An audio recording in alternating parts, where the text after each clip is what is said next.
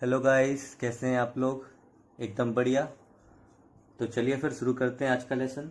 मेरा नाम है मोहित और आप लोग देख रहे हैं आपका अपना चैनल अकाउंट्स वाला। तो चलिए शुरू करते हैं। गाइस, लास्ट क्लास में हमने क्या सीखा था, एसेट्स क्या होते हैं।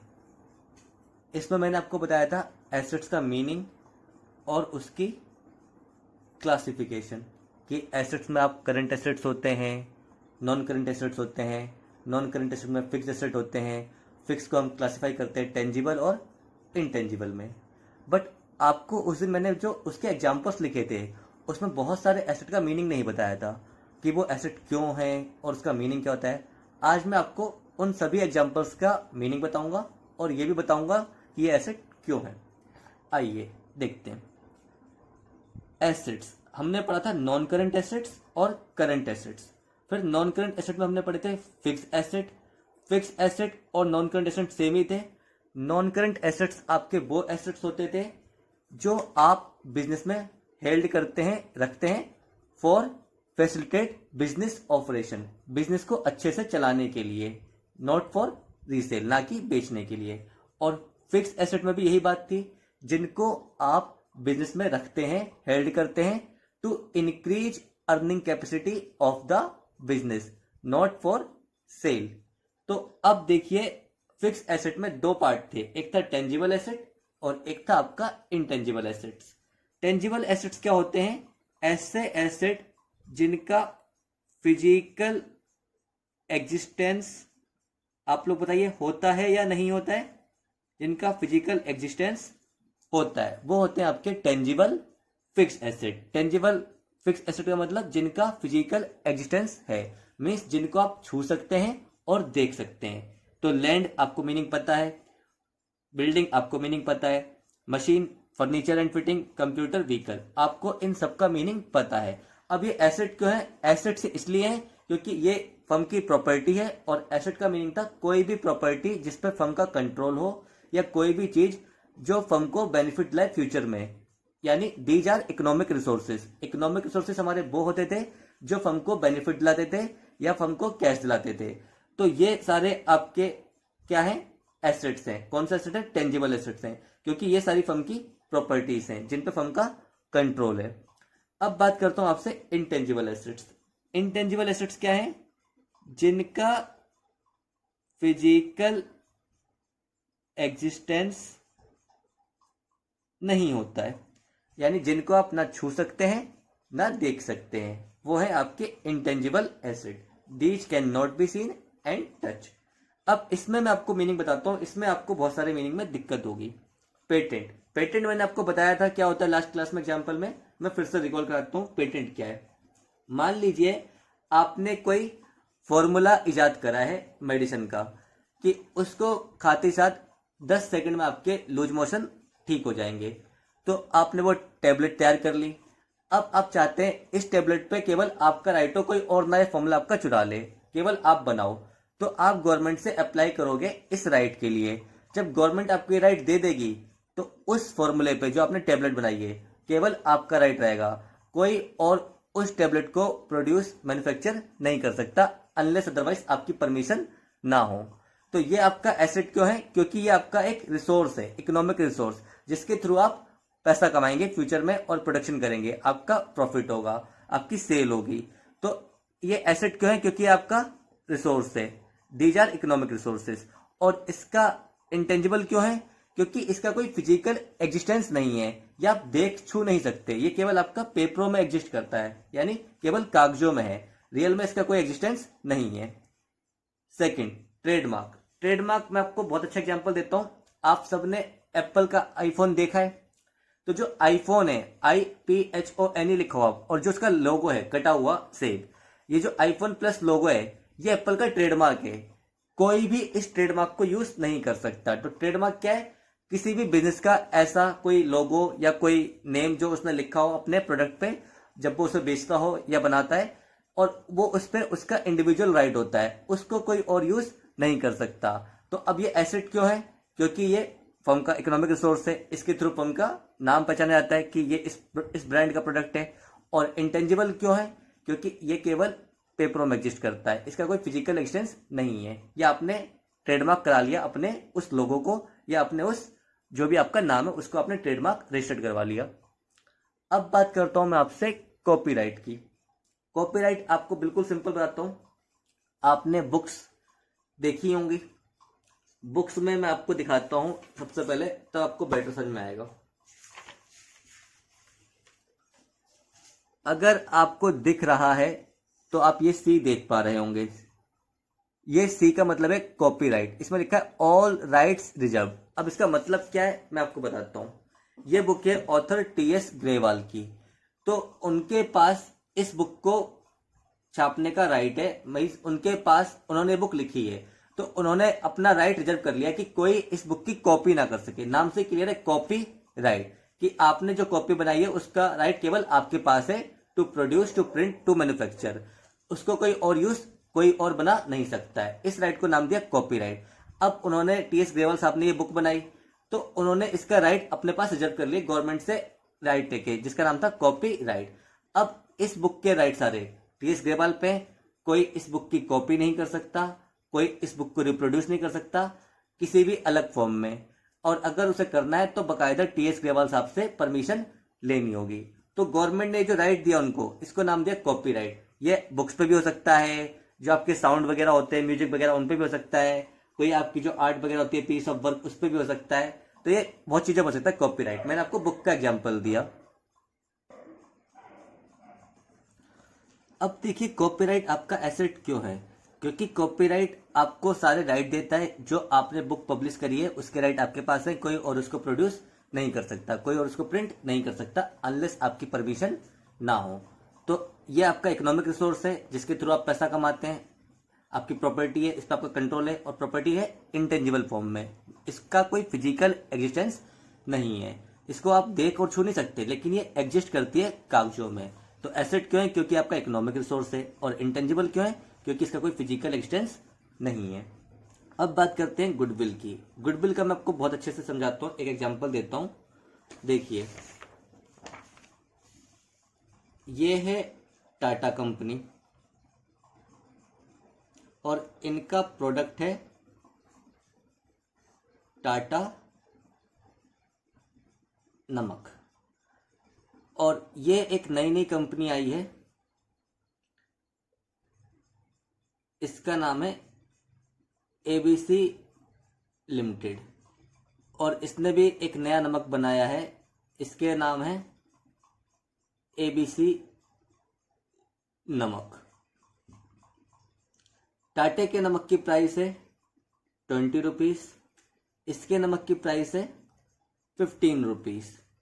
अब आप बताइए, मैं आपसे पूछता हूं, ये नई नई कंपनी आई है और क्वालिटी सेम है, जो टाटा की है सेम एबीसी की है, आप किसका नमक लेंगे? तो आप बोल रहे हैं सर हम तो टाटा का नमक लेंगे, देश का नमक, टाटा नमक।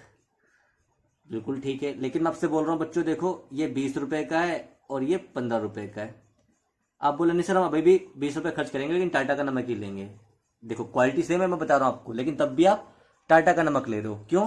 क्योंकि टाटा ने पास्ट में इतने एफर्ट करे हैं, तो अपनी एक रेपुटेशन बनाई है, अपने अच्छी क्वालिटी के प्रोडक्ट देकर मार्केट में कस्टमर के मन में अपनी एक इमेज बनाई, रेपुटेशन बनाई कि हमारा प्रोडक्ट है, अच्छा ही होगा, आप इस पर आंख बंद करके विश्वास कर सकते हैं। तो टाटा ने ये काम एक दिन में तो किया नहीं है, कई सालों से अच्छा काम किया, उसका बेनिफिट टाटा को अब मिलता है। मीन्स टाटा ने अपने इतने साल जो काम किया, अच्छी क्वालिटी का प्रोडक्ट दिया, अच्छे प्राइस में दिया, उससे टाटा की एक रेपुटेशन बनी, एक इमेज बनी, जिसकी वजह से वो कंपटीटर, ये नया नया कंपटीटर है, इससे ज्यादा प्रॉफिट कमा रहा है। सेम क्वालिटी बेच रहा है बट सेल भी ज्यादा हो रही है और प्राइस भी ज्यादा अर्न ले रहा है, प्राइस भी ज्यादा चार्ज कर रहा है। तो इस वजह से जो टाटा को एक्स्ट्रा पैसा मिल रहा है, सेल का भी और एक्स्ट्रा एमआरपी भी जो टाटा की है, वो क्यों है? टाटा के पास्ट एफर्ट की वजह से। तो इस पास्ट एफर्ट की वजह से टाटा एक्स्ट्रा प्रॉफिट अर्न कर रहा है, तो उसका ही नाम है गुडविल। तो बेसिकली गुडविल क्या है? आपकी एक सिंपल समझाने के लिए बोलूं, रेपुटेशन, जो आपने ओवर द इयर्स काम करके कमाई होती है। आपने कस्टमर का अपने दिल जीता होता है, कस्टमर आपके प्रति लॉयल बनता है, वो बार बार आपके पास आता है, तो ये है गुडविल। अब ये एसेट क्यों है? बिल्कुल सिंपल सी बात है, इसकी वजह से आपका बेनिफिट होता है, ये आपका इकोनॉमिक रिसोर्स है, क्योंकि आपकी सेल ज़्यादा होती है, आपका प्राइस भी ज़्यादा है, कंपटीटर के ऊपर आपको एडवांटेज है, लोग कंपटीटर का नमक ना लेके आपका नमक ले रहे हैं। और ये इंटेंजिबल क्यों है? क्योंकि इसका फिजिकल एक्सटेंस नहीं है, ये केवल फील हो सकती है, ना आप इसे देख सकते हैं ना छू सकते हैं, लेकिन इसकी वजह से टाटा को एडवांटेज मिल रहा है कंपटीटर के ऊपर। तो कोई भी एडवांटेज जो होता है बिजनेस के पास वो उसका एसेट होता है। तो कोई भी एडवांटेज, कोई भी बेनिफिट हमको जो मिलता है फ्यूचर में वो एसेट है। तो गुडविल आपकी एसेट है, इकोनॉमिक रिसोर्स है आपका, जिसकी वजह से आप एक्स्ट्रा प्रॉफिट अर्न कर पा रहे हैं और आपकी एमआरपी भी ज़्यादा है कंपटीटर की तुलना में। तो ये आपका क्या है? बेसिकली एसेट है। अब बात करते हैं आपके कुछ करंट एसेट्स की। करंट एसेट्स में क्या है आपके? Cash, bank, debtors, stock, bill receivable, prepaid expenses और एक्रूड इनकम। अब देखिए, आपको कैश का मीनिंग तो पता ही है। ये देखिए, ये है 10 का नोट, मैं यहाँ पे लिख देता हूँ 10 रुपीज, समझ जाइए देखने के लिए कि 10 का नोट है। तो कैश तो आप जानते ही हैं, जो आपके पास जेब में होता है, ठीक है, सबने देखा हुआ है, गांधी जी को किसने नहीं देखा। बैंक, बैंक भी आप अच्छे से जानते हैं। बैंक बैलेंस, बैंक का मतलब है बैंक बैलेंसेस। तो बैंक बैलेंसेस भी आपके करंट एसेट्स हैं। करंट एसेट्स होते क्या थे? जिनको आप एक साल के अंदर कैश में कन्वर्ट कर लेते हैं from the end of accounting year, ये मैंने आपको बताया था। तीसरा डेटर्स, आपको इसका मीनिंग नहीं पता है। स्टॉक, इसका मीनिंग भी आपको ढंग से नहीं पता है। बिल रिसीवेबल, प्रीपेड एक्सपेंस और एक्रूड इनकम, आपको इनका मीनिंग भी नहीं पता है। मैं एक एक करके इनका मीनिंग डिस्कस करता हूं, आइए देखते हैं। देखिए, सबसे पहले मीनिंग हम डिस्कस करेंगे डेटर का। डेटर क्या होता है? आप लैंग्वेज बाद में देखिएगा, पहले समझिएगा। ये है एक पर्सन, इनका नाम है मिस्टर राम, और ये है आपका बिजनेस, ये है आपका बिजनेस, आपकी फर्म। ये आपके पास आते हैं और बोलते हैं मुझे आप सामान दे दो। जिस चीज़ में आप डील करते हैं उस चीज़ को ये मांगते हैं कि आप मुझे 5,000 रुपये का सामान दे दो। सामान को हम बोलते हैं यहाँ पे गुड्स, कि आप मुझे 5,000 रुपये के गुड्स दे दो। गुड्स वो है जिसमें आप डील करते हैं, मैं आपको भी अच्छे से बताऊंगा। आपने इनको गुड्स दे दिए। अब आप बोलते हो मुझे पैसा दो, ये बोलते पैसा तो मेरे पास नहीं है, आप मुझे उधार दे दो। तो आपने कहा चलो आप उधार ले लो। तो बिजनेस ने जिस पर्सन को उधार माल बेचा है वो पर्सन बिजनेस के लिए होता है डेटर। बिजनेस ने जिस पर्सन को उधार माल बेचा है, उधार माल बेचने को बोलते हैं क्रेडिट सेल। अकाउंट्स में उधार माल बेचने को बोलते हैं क्रेडिट सेल्स। तो बिजनेस में जिस पर्सन को हम उधार माल बेचते हैं वो हमारा होता है डेटर। तो आइए रीड करते हैं। When goods sold to a person on credit, that person is called debtor. जब हम किसी व्यक्ति को उधार माल बेचते हैं तो वो हमारा डेटर कहलाता है। अब ये एसेट क्यों है और करंट एसेट क्यों है? एसेट इसलिए है क्योंकि ये फ्यूचर में आपको कैश देगा 2 महीने बाद, 3 महीने बाद, जितना टाइम के लिए भी आपने उधार दिया है। और करंट एसेट क्यों है? क्योंकि ये 1 साल के अंदर कैश में कन्वर्ट हो जाएगा। और करंट एसेट की यही डेफिनेशन थी, जो from the end of accounting year से अगर 1 साल के अंदर कैश में कन्वर्ट हो जाए तो वो आपका एसेट होता है। कौन सा? Current asset. तो ये आपको 3 महीने के अंदर पैसे दे ही देगा। हम 20-20 साल के लिए तो उधार देते नहीं है। नॉर्मली हम उधार कितने टाइम के लेते हैं? 1 महीना, 15 दिन, मैक्सिमम 2 महीना, 3 महीना हार्डली। आपको भी तो अपना पैसा चाहिए काम करने के लिए। तो अब बात करते हैं नेक्स्ट टर्म की, बिल रिसीवेबल। बिल रिसीवेबल क्या क्या मतलब है बच्चों? आइए देखते हैं, फिर से एग्जांपल लेते हैं। ये फिर से मिस्टर राम आ गए। ये आपसे बोलते हैं बिजनेस को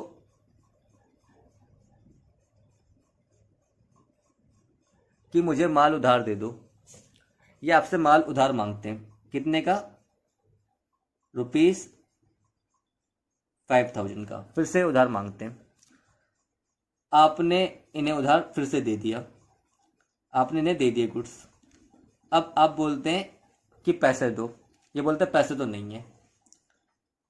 आप बोलते हो उधार तो मैं दूंगा नहीं, आप बोलते हो उधार तो मैं दूंगा नहीं क्योंकि मैं आपको जानता नहीं हूँ।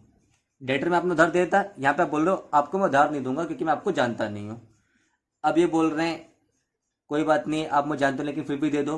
बोलते हैं नहीं, मैं तो आपको विश्वास नहीं कर सकता, आपने अगर कल को पैसा नहीं दिया मेरा तब। तो ये आपसे बोलते हैं ठीक है, आप एक काम करिए, आप मेरे ऊपर एक डॉक्यूमेंट बनाइए। उस डॉक्यूमेंट का नाम होता है बिल ऑफ एक्सचेंज। उस डॉक्यूमेंट का नाम होता है बिल ऑफ एक्सचेंज। ये आपका एक सेपरेट चैप्टर है, हम पढ़ेंगे आगे के चैप्टरों में, आएगा बिल ऑफ एक्सचेंज के नाम से, चैप्टर नंबर 16 है आपका। तो आपने क्या बोला कि ये डॉक्यूमेंट है, चलो मैं आपको बना देता हूँ। इस डॉक्यूमेंट में आप लिखेंगे इसके ऊपर कि आप मुझे 3 महीने बाद या 2 महीने बाद, जितने टाइम के लिए आपने उधार दिया है, ये पैसा मुझे देंगे इस स्पेसिफाइड डेट पे।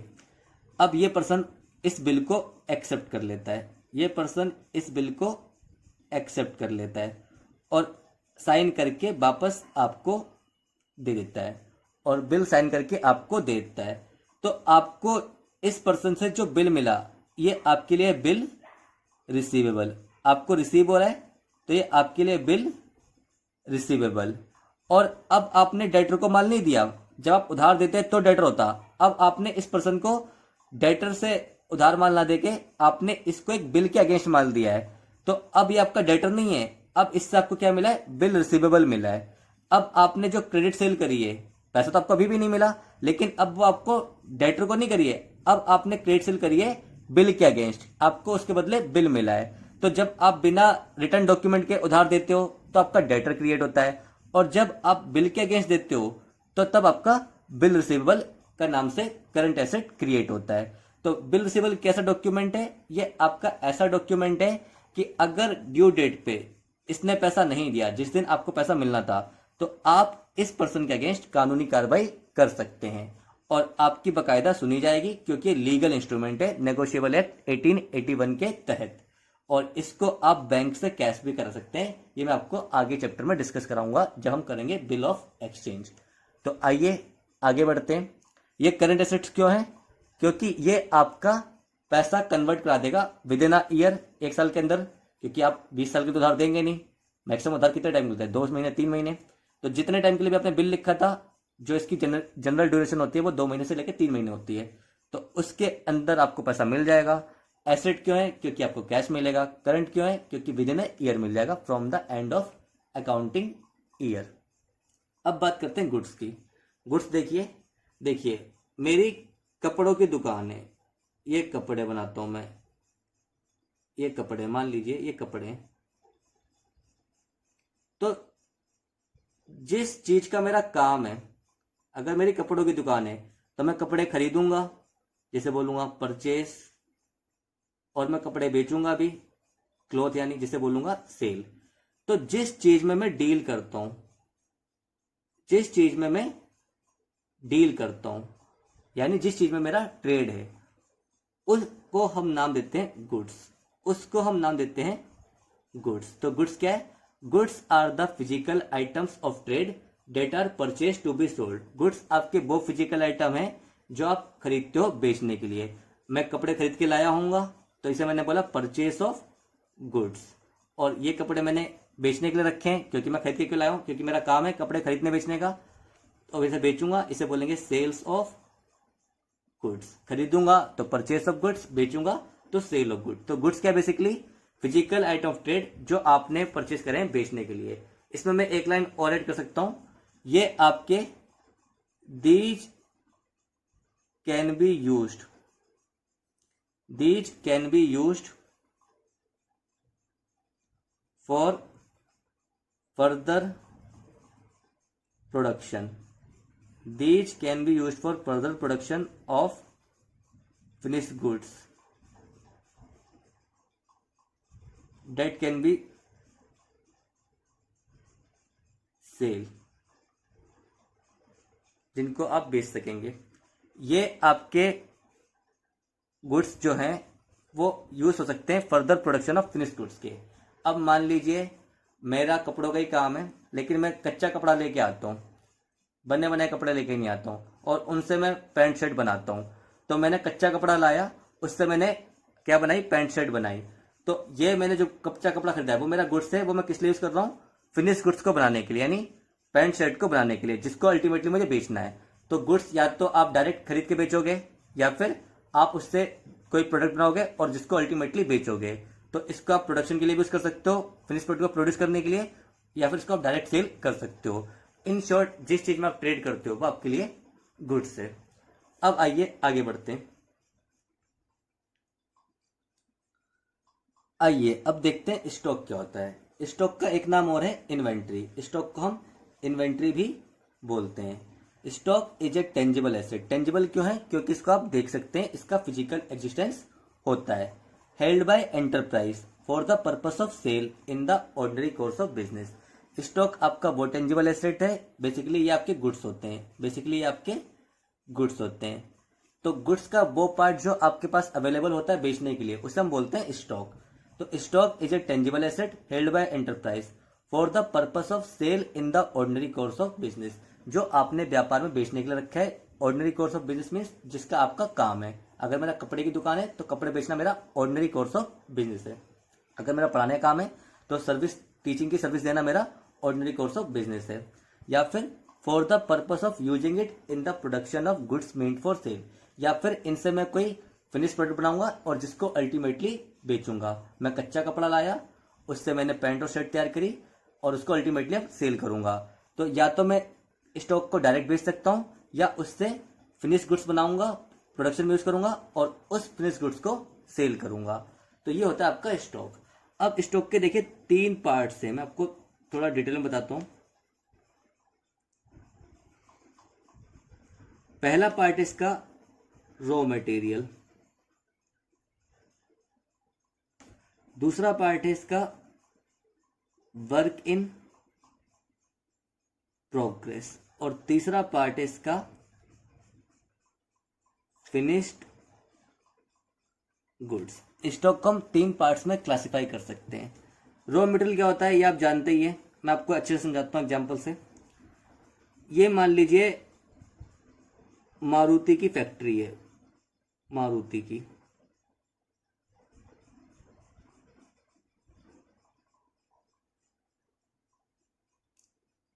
ये क्या बनाती है? गाड़ियां बनाती है।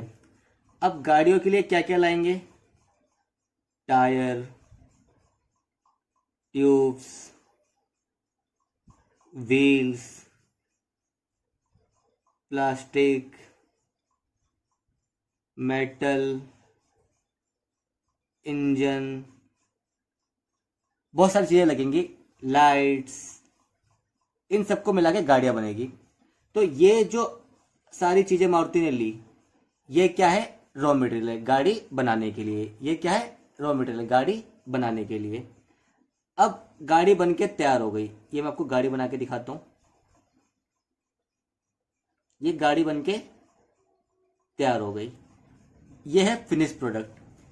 जिस चीज से गाड़ी बनेगी, tyre, tubes, wheels, plastic, metal, engine, lights, ये सारी चीजें हो गई आपकी रॉ मटेरियल, जिनको आप यूज करेंगे कार को बनाने के लिए।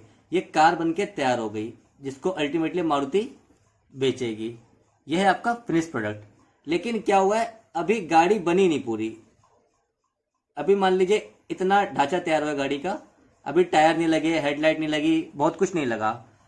तो अब बताइए, ना तो ये वाला पार्ट रॉ मटेरियल रहा और ना ही ये फिनिश प्रोडक्ट हुआ। मीन्स रॉ मटेरियल क्यों नहीं रहा? क्योंकि रॉ मटेरियल जब होता है, जब इंडिविजुअल अलग अलग होता।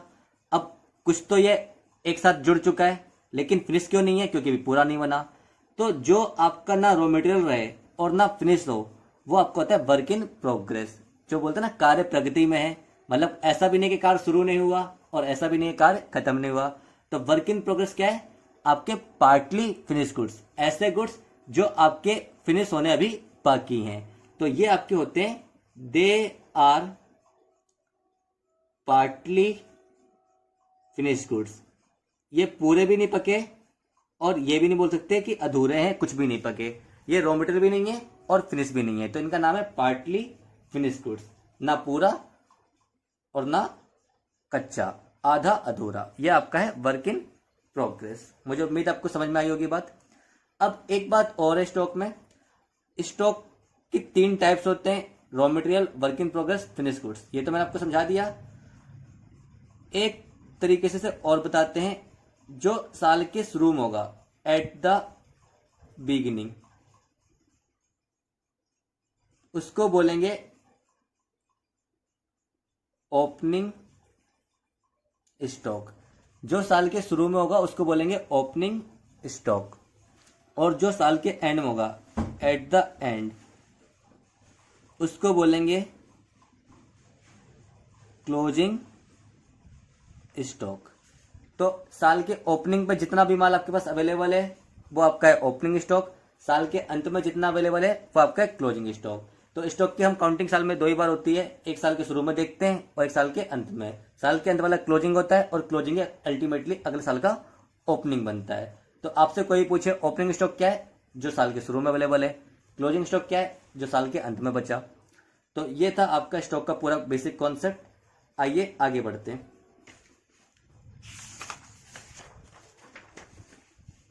अब देखते हैं आपका प्रीपेड एक्सपेंसेस कि प्रीपेड एक्सपेंसेस आपका क्या है।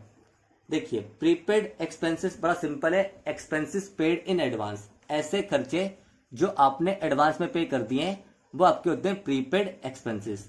आइए पढ़ाता हूं, फिर एग्जांपल देता हूं।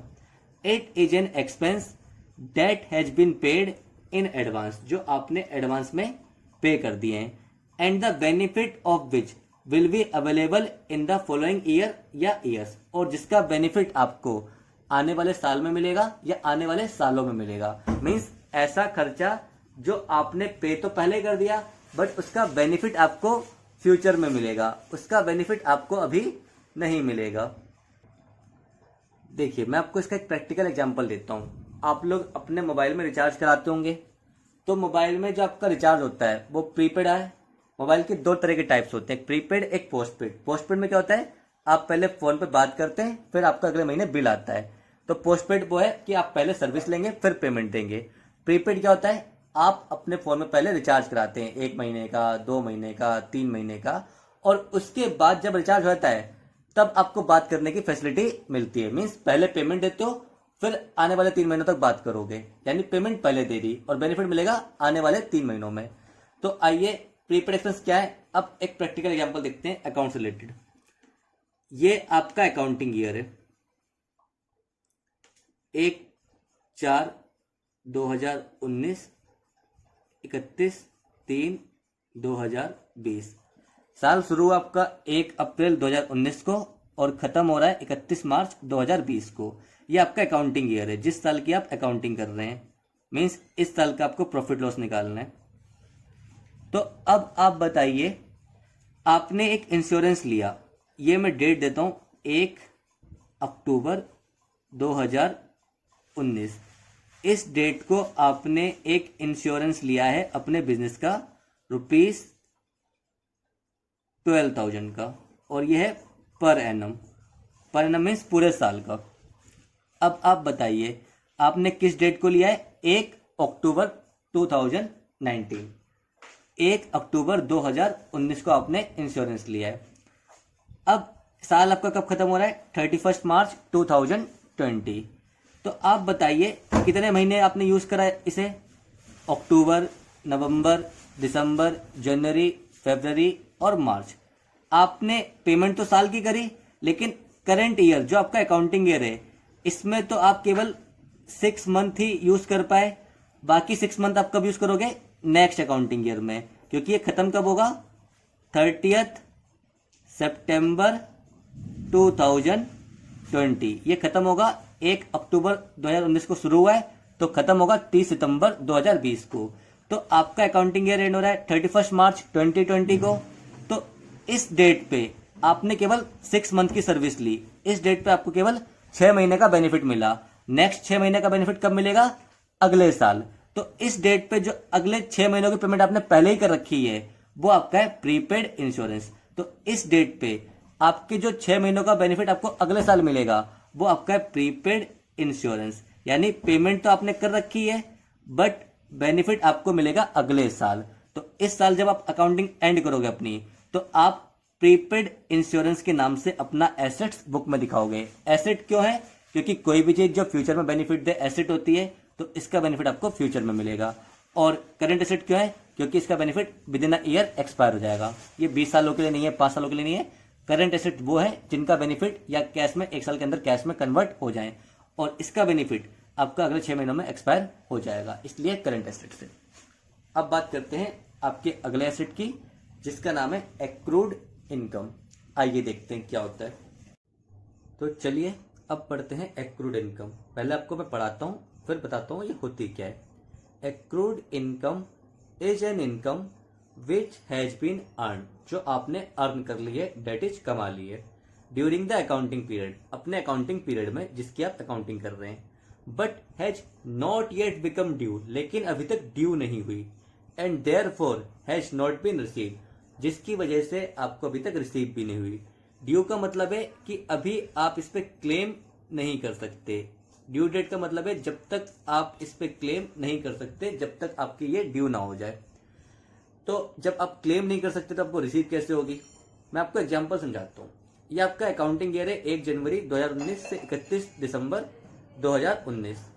आपने यहाँ पे एक इन्वेस्टमेंट परचेज करी। ये डेट है मान लीजिए आपकी 1 अक्टूबर 2019। ये आपकी डेट है 1 अक्टूबर 2019, और इस इन्वेस्टमेंट पे आपको हाफ ईयरली इंटरेस्ट मिलेगा। हाफ ईयरली इंटरेस्ट मिलेगा, मान लीजिए 6% का रेट है। तो हाफ ईयर कब खत्म हो जाएगा? अक्टूबर, नवंबर, दिसंबर, जनवरी, फरवरी, मार्च। यानी आपको पहले हाफ ईयर का इंटरेस्ट आपको मिलेगा 31 मार्च 2020। अब आप बताइए, आपने इन्वेस्टमेंट करी है 1 अक्टूबर 2019 को, आपका अकाउंटिंग ईयर कंप्लीट हो रहा है 31 दिसंबर 2019 को। तो आप बताइए, यहां पे लेके यहां तक 1 अक्टूबर से लेके 31 दिसंबर तक, अक्टूबर, नवंबर, दिसंबर, आपने 3 महीने का इंटरेस्ट अर्न तो कर लिया, कमा तो लिया, बट आपका ड्यू नहीं हुआ। ड्यू कब होगा? ड्यू होगा 31 मार्च को, क्योंकि कंपनी इंटरेस्ट देगी आपको, बोल रखा है 31 मार्च को हाफ ईयरली। तो आपने यहाँ पे 3 महीने का इंटरेस्ट अर्न कर लिया, लेकिन ये आपका अभी ड्यू नहीं हुआ, और जिसकी वजह से रिसीव भी नहीं हुआ।